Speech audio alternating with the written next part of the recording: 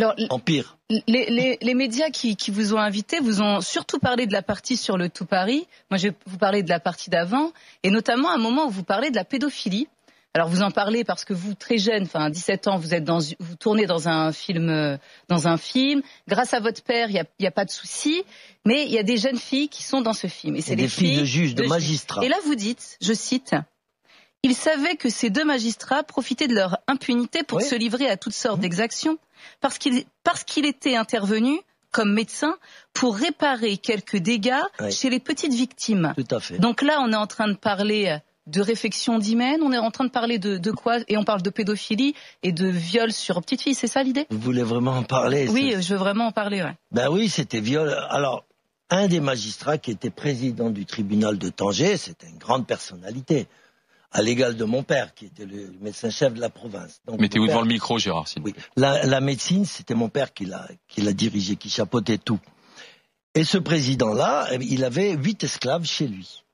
Des petits esclaves de 8 ans à 13, 14 ans. Et il les violait quand il voulait. Voilà. Et quand il faisait trop mal et tout, il appelait mon père. Quand il y avait des points de suture à faire, il appelait mon père. Mon père venait... mon père venait lui-même personnellement pour que les infirmiers et tout ne le sachent pas. Donc c'est mon père qui s'en occupait. Mais à contre-cœur, mais il était bien obligé. Mais là sur ça, justement, précisément, les temps ont changé. Ah, au Maroc, je suis pas sûr, hein. Ah non? Oh non, ah non. À partir du moment où c'est le pouvoir, on protège. Ça c'est sûr. Ça c'est sûr. Sauf qu'il y a eu un moment où Hassan II a réagi. Mais son fils, je pense pas. Il a réagi, Hassan II, il a mis un peu tout le monde en prison. Il y avait à Tanger un monsieur qui s'appelait Michel, un grand gangster, qui avait un bar, grand gangster, entre parenthèses, qui avait un bar là-bas et puis il vendait les petits-enfants à des grandes personnalités, notamment de la famille royale anglaise.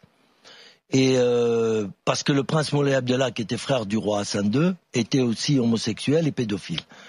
Donc à un moment, le roi en a eu marre, il a dit bon, tout ça, ça suffit. Il a renvoyé son propre frère qui avait violé 6 enfants et qui les avait fait tuer à Rabat.